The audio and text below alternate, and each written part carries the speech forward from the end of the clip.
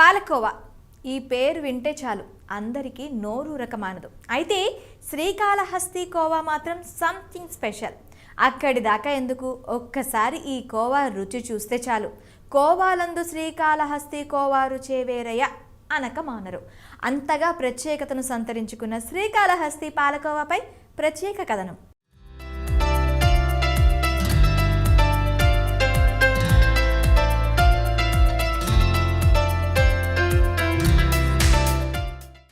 ఏపీలోని తిరుపతి జిల్లాలోని శ్రీకాళహస్తి అంటే గుర్తొచ్చేది అక్కడి శ్రీకాళహస్తీశ్వరుడి ఆలయం. శ్రీకాళహస్తి దేవాలయం దక్షిణ కైలాసంగా పేరు పొందింది. ఒకప్పుడు తిరుమల కంటే ప్రఖ్యాతిగాంచిన శ్రీకాళహస్తి దేవాలయం తిరుపతికి సమీపంలోనే ఉంటుంది. ఇక్కడ మహాశివుడు వాయులింగంగా ఉద్భవించాడు అనేది మనకు తెలిసిన చరిత్ర. అయితే ఇక్కడ ఆలయంతో పాటు మరో ప్రత్యేకత కూడా ఉంది. అదే దాదాపు 7 దశాబ్దాలుగా ప్రాచుర్యంలో ఉన్న పాలకోవా. తిరుపతికి 36 కిలోమీటర్ల దూరంలో ఉన్న శ్రీకాళహస్తికి వెళ్ళిన వారు దైవ దర్శనం అనంతరం ఈ పాలకోవా మాత్రం రుచి చూడక మానరు. అంతటి ఫేమస్ ఈ పాలకోవా. అక్కడికి వెళ్ళిన వారికి ఎప్పటికీ గుర్తుండిపోయే అద్భుతమైన స్వీట్ ఏదైనా ఉంది అంటే అది ఈ పాలకోవా మాత్రమే. ఆ కోవా రుచి చూసిన వారెవరూ దాన్ని మర్చిపోలేరు. అంతటి ఫేమస్. దీంట్లో ఎలాంటి సందేహం లేదు. ఎప్పటి నుంచి ఉన్నదో రుచి అనేది నాకు తెలియదు, కానీ మేము గత 35 ఇయర్స్గా మేము వస్తున్నాం. రుచి ఏ రకంగానూ తగ్గే పరిస్థితిలో ఉండదు. దీనికి రోజు రోజు వృద్ధిలో ఉందే కానీ తగ్గినటువంటి దాఖలాలు లేవండి. బాసుంది కానీ, ఐస్ క్రీమ్ కానీ అండ్ కోవా, జస్ట్ ఈ కాంబినేషన్ లేకపోతే ఎవరు తినలేము. చాలా బాగుంటుంది. నేను మా పిల్లలు బెంగళూరులో వర్క్ చేస్తారు. నేను కేజీలు కూడా తీసుకెళ్ళి ఆడ వాళ్ళ ఫ్రెండ్స్కి వాళ్ళకి ఇస్తుంటాము. మా బంధువులు హైదరాబాదు, బెంగళూరు, చెన్నై ఇలా ఉన్నా కానీ నేను ప్రతి ఒక్కరికి దీన్ని తీసుకెళ్ళి గిఫ్ట్గా ఇస్తాను. వాళ్ళు ఎప్పటికి ఇప్పటికి కూడా వాళ్ళ ఫ్యామిలీస్లో వాళ్ళు ఏమంటారంటే ఐస్ క్రీమ్ తాత అంటారు, కొంతమంది ఐస్ క్రీమ్ మామ అంటారు. అంటే అలా నేను పోతున్నాను అంటే కంపల్సరీ ఐస్ క్రీమ్ తీసుకెళ్తా. 1/4 కిలోలు ఉన్నాయి, 1/2 కిలో ఉన్నాయి. చాలా బాగుంటుంది, చక్కగా ఉంటుంది సార్. చూడండి, మీరే చూడండి క్రౌడు. దీనికి ఫుల్ డిమాండ్ ఉంటుంది. ఇప్పుడు మాకు కూడా కావాలి 1 కేజీ 2 కేజీలు ఉండాయి లేవు అనేది చూస్తా తింటా ఉన్నాం మేము. ఈ పాలకోవాను ఎలా తయారు చేస్తారంటే శ్రీకాళహస్తి పరిసర ప్రాంతాల్లోని పాడి రైతుల నుంచి పాలను సేకరిస్తారు. కేవలం స్వచ్ఛమైన పాలు, చక్కెరతో ఎలాంటి ఫుడ్ కలర్స్ వాడకుండా, మిషనరీ ఉపయోగించకుండా చేతులతోనే ఈ కోవాను తయారు చేస్తారు. అన్న నమస్తే. చెప్పండి అన్న, ఎలా ఉంటుంది ఈ పాలకోవా, ఎలా తయారు చేస్తారు? ఎలా తయారు? మిల్క్ 10 లీటర్ మిల్క్, 1 లీటర్ చక్కెర బాగా మరగనిచ్చి ఒక హాఫ్ అన్ అవర్ అంతా కోవా రెడీ అయిపోతుంది. అలానే ఒక రోజుకి ఎలా చేస్తారు? ఒక రోజుకి ఎలా అంటే 1000 కిలోలు చేస్తారు. 1000 పాలను బట్టి చేస్తారు అదంతా. ఏ పాలు వాడతారు ఇక్కడ? గేదె పాలు, ఆవు పాలు 2 మిక్సింగ్. 2 వాడతారు. అన్న, ఇది ఎప్పుడో 1952వ సంవత్సరంలో స్థాపించారంట. ఈ స్థాపించి అప్పటి నుంచి ఇప్పటి వరకు ఎలా ఉంది పాలకోవా? ఇంకా టేస్ట్ పెరిగింది, సేల్స్ బాగా పెరిగింది. అలా ఇప్పుడు ఎందుకు ఇక్కడ పాలకోవలో ఈ కట్టెలు పోయి ఉంటారు కదా, దాన్ని యూజ్ చేయకుండా ఈ యొక్క శనక్కాయ యొక్క పొట్టునే యూజ్ చేస్తున్నారు, ఎందువలన? శనక్కాయ పొట్టు అంటే కట్లకి గ్యాస్ కన్నా హీట్ బాగా వస్తుంది కాబట్టి ఇది లాగుతుంది. మనకు కలిసి వస్తుంది, మన హీటు సెగ కలిసి వస్తుంది అనమాట. అందువల్ల దీని వాడేది. మీరు ఇక్కడ గత 25 సంవత్సరాల నుంచి పనిచేస్తున్నారని నాకు ఒక సమాచారం జరిగింది. ఆ రోజు నుంచి ఈ రోజు వరకు మీ చేతి వాటన చాలా చక్కగా అద్భుతంగా తయారు చేస్తున్నారు అంటున్నారు. ఏ రోజు కూడా రుచి మారలేదన్నారు. ఏంది మీ రహస్యం, మీ చేతిలో ఉన్న రహస్యం? మన చేతిలో రహస్యం ఏం కాదు, మన society milk, society original milk కాబట్టి వెన్న సత్వం బాగుంటుంది కాబట్టి టేస్ట్ వస్తుంది. మన మిల్క్లో కల్తీలు పౌడర్ గీటర్ ఏమి కాబట్టి అది మనకు టేస్ట్, ఏ టేస్ట్ కాదు ఆ టేస్ట్ వస్తూనే ఉంటుంది. అన్న, ఈ యొక్క పాలకోవలో ఏమేమి వేస్తారు తయారీకి? ఏమేరు పాలు, చక్కెర తప్ప 2 ఏమీ లేవు. పౌడర్ కానీ, మిక్సింగ్ కానీ, రవ్వ కానీ ఏమి కల్తీ ఉండదు. ఓన్లీ పాలు, చక్కెర. ఎన్ని లీటర్ పాలు యూజ్ చేస్తారన్నా? ఇప్పుడు ఒక బాణం పెట్టారు కదా మీరు, దాంట్లో మ్యాక్సిమం ఎన్ని లీటర్లు పాలు పోస్తారు? 10 లీటర్లు పాలు పోస్తాను. 10 లీటర్లు పాలు పోసి 1 కిలో చక్కెర, లీటర్కి 100 గ్రాముల లెక్కన చక్కెర కలుస్తుంది.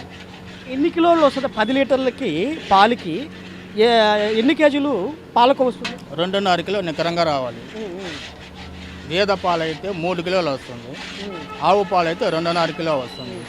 రెండు మిక్స్ చేస్తే 3 కిలోలు వస్తాయి. ఈ యొక్క గేదె పాలకి మరియు ఆవు పాలకి డిఫరెన్స్ ఏమైనా ఉంటుందన్నా? ఆవు పాలు అంటే వెన్న శాతం లైట్గా ఉంటుంది, గేదె పాలు ఫ్లాట్ అన్నీ నిక్కరంగా ఉంటుంది. కాబట్టి మనం రెండు మిక్సింగ్ చేసామంటే మన నూక అనేది ఏర్పడుతుంది, క్వాలిటీ బాగుంటుంది, తినేదానికి రుచిగా ఉంటుంది. ముఖ్యంగా తయారీ విధానంలో అనేక జాగ్రత్తలు పాటిస్తూ తయారు చేసే ఈ కల్తీ లేని కోవా అంటే సామాన్యులకే కాదు, ఎంతోమంది ప్రముఖులకు కూడా చాలా ఇష్టం. ఇంకో విషయం ఏంటంటే కోవా తయారీలో కట్టెలను కూడా వాడరట. కట్టెలపై కోవాను తయారు చేస్తే ఈ కోవాకు అంత రుచి రాదట. తయారీ కోసం వేరుశనగ పొట్టును మాత్రమే ఉపయోగిస్తారు. వేరుశనగ పొట్టు ద్వారా వచ్చే మంట హెచ్చు తగ్గులు లేకుండా తయారీకి సమానంగా ఉంటుందని తయారీదారులు అంటున్నారు. రైతుల దగ్గర నుంచి నేరుగా సేకరించిన పాలతో కోవా, ఐస్ క్రీమ్, బాసుంది తయారీకి ఉపయోగిస్తామని చెప్తున్నారు. పాలకోవాని మిషన్స్తో కాకుండా మాన్యువల్గా తయారు చేయటం ద్వారా కోవా బాగా రుచికరంగా వస్తుందని తయారీదారులు అంటున్నారు. ఇక్కడ ఉన్న రోజులు మేము రెగ్యులర్గా ఇక్కడికి వచ్చి తినడం అనేది ఒక ఇది అయిపోయింది అనమాట. తర్వాత ఇక్కడ పాలు అనేది చాలా ఇంపార్టెంట్. మనకి ఎక్కడ కూడా పాలు ప్యాకెట్లుగా కనబడతాయి. ఇక్కడ పాలు ఎట్లంటే మనం క్యాన్లోనే అలానే తీసుకొని వచ్చి మనకు ఇలా కుళాయిలాగా పెట్టి దాంతో పట్టించి పోసేవాళ్ళు అనమాట. ఆ చిన్నప్పుడు అప్పటి నుంచి కూడా మేము ఇక్కడ తెలిసిన వాళ్ళం అనమాట. మేము రెగ్యులర్గా ఇక్కడికి వచ్చి పోతూ ఉంటాము. దాంతోపాటు ఇప్పుడు తిరుపతిలో మేము మారినా కూడా ఎప్పుడు వచ్చినా ఇక్కడికి మన పాల్కోవని మళ్ళీ ఐస్ క్రీమ్ తినకుండా అయితే ఎప్పుడు పోము అనమాట. మళ్ళీ దాంతోపాటు మన ఫ్రెండ్ సర్కిల్స్ కానీ ఎక్కడి నుంచి అయినా వచ్చినా కూడా వాళ్ళని కాళహస్తి టెంపుల్ చూస్తే ఖచ్చితంగా ఇక్కడికి కూడా వస్తారు. సార్ ఇప్పుడు ఆ రోజు నుంచి ఈ రోజు వరకు రుచి ఏమైనా చేంజ్ అయ్యేట్టుగా ఉందా? రుచిలో ఎటువంటి తేడా ఉండదు, చాలా అద్భుతంగా ఉంటుంది. నభూతో నా భవిష్యత్ అన్నమాట. దానిలో మాత్రం బాగుంటుంది. ఇప్పుడు ఎలా ఉంది సార్? ఇప్పుడు పాలకో తింటున్నారు, అలా ఐస్ క్రీమ్ ఉంటుంది. ఈ ఐస్ క్రీమ్ యొక్క మజా మీకేమనిపిస్తుంది? ఈ కాంబినేషనే హైలైట్ అనమాట. ఇది మామూలుగా ఎవరు కూడా ఈ కాంబినేషన్లో చాలా వరకు తినడం అనేది తక్కువ మంది ఉంటారు. మనకు కాళహస్తిలో ఒక ట్రేడ్ మార్క్ ఏదంటే పాలకోవా విత్ ఐస్ క్రీమ్తో తినడం అనేది ఒక ట్రేడ్ మార్క్గా గత 40 ఇయర్స్గా ఇక్కడ మేము చూస్తున్నాం అన్నమాట. మేము చిన్నప్పుడు ఉన్నప్పుడు కూడా అక్కడి నుంచి మేము ఉండేది ముత్యాలమ్మ గుడి వీధి, అలా ఎక్కడున్నా కూడా అక్కడి నుంచి ఒక క్యాన్ పెట్టుకొని వచ్చి పరిగెత్తుకుంటే అప్పుడు ఇక్కడ ఉండింది, ఇటుపక్క నుంచి మనకు ఓపెనింగ్ ఉండింది, ఇక్కడ తీసుకొచ్చి ఇట్లా పెట్టి తీసుకున్నామంటే ఇక్కడ నుంచి కరిగే లోపల ఇంటికి వెళ్ళి అందరం కలుసుకొని కూర్చొని తినేవాళ్ళం అన్నమాట. శ్రీకాళహస్తి పాలకోవాకు తెలుగు రాష్ట్రాలతో పాటు కర్ణాటక, తమిళనాడులోనూ మంచి గిరాకీ ఉంది. డిమాండ్ను బట్టి హైదరాబాద్, బెంగళూరు, చెన్నై వంటి మహానగరాలకు ఇక్కడి పాలకోవాను రవాణా చేస్తున్నారు నిర్వాహకులు. సార్ ఇక్కడ ఒక రోజుకి ఎంత తయారవుతుంది సార్? 150 కిలోలు, 160 కిలోలు తయారవుతుందా? ఎంత సార్? 1/4 కిలో? 1/4 కిలో 75 రూపాయలు. అదేవిధంగా అర కేజీ అయితే 150 రూపాయలు. కేజీ అయితే 300 సార్. 300 సార్. ఆ ఒక రోజుకి మొత్తం సేల్స్ అయిపోతుందా? Sales sir, super. Full demand. ఏమైనా మీరు కొరియర్లు కానీ ఏమైనా పంపిస్తారా? ఆన్లైన్ ఉంది సార్. ఆన్లైన్ కూడా ఉంది. ఇది ఎట్లాంటి ప్రాంతాల్లో చూసుకుని తింటారు అందరూ? ఇప్పుడు పక్కనే తమిళనాడు, కర్ణాటక, హైదరాబాద్ ఉన్నాయి కదా. అవునా సార్? ఆ ప్రాంత వాసులు కూడా బాగా వస్తారు సార్, బాగా వస్తారు సార్. ఇప్పుడు మూవీలో మీ యొక్క పాలకూర గురించి మూవీలో మాట్లాడడం జరిగింది అల్లు అర్జున్ గారు. తగ్గేదేలే అదేవిధంగా పాలకోవది ఒక సీన్ పెట్టారు. అప్పటి నుంచి ఇప్పటి వరకు వ్యాపారం ఎలా ఉంది? బ్రహ్మాండంగా సార్, బాగా పీక్ అయింది, బాగా పీక్ వచ్చింది బిజినెస్. ఒక్కసారి ఈ కోవా రుచి చూసిన వారు మళ్ళీ మళ్ళీ ఆస్వాదించాలనుకుంటారు. ఒక్కసారి తింటే వ్యసనమే అని 3 గంటల్లో 300 కేజీలు అమ్మకం చేస్తామని అంటున్నారు నిర్వాహకులు. ఇక్కడ వర్క్ చేస్తున్న గిరి గారి దగ్గర ఉన్నాము. ఇక్కడ కొన్ని విషయాలు తెలుసుకున్నారు. సార్ నమస్తే. నమస్తే సార్. సార్ ఇప్పుడు మీరు ఎలా చేస్తారు, ఎలా అందిస్తారు? కోవా ప్యాకింగ్ చేసి కస్టమర్లకి అందిస్తూ ఉంటాము. కాళహస్తి అంటే కోవా ఫేమస్, చాలా మంది వస్తూ ఉంటారు. సార్ మ్యాక్సిమం ఒక రోజుకి ఎంత తయారవుతుంది మీ ఆలోచన?